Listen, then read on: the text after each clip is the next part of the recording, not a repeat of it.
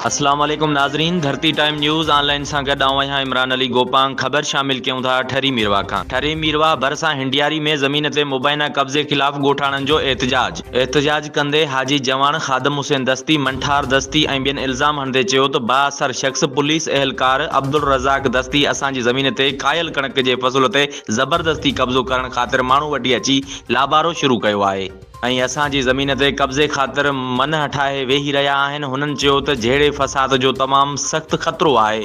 हुननि एसएसपी खैरपुर ऐं DIG sucker खां अपील कई आहे त पुलिस एहलकार अब्दुल रज़ाक दस्ती ख़िलाफ़ सख़्तु क़ानूनी कार्रवाई करे वधीक नुक़सान खां बचायो वञे।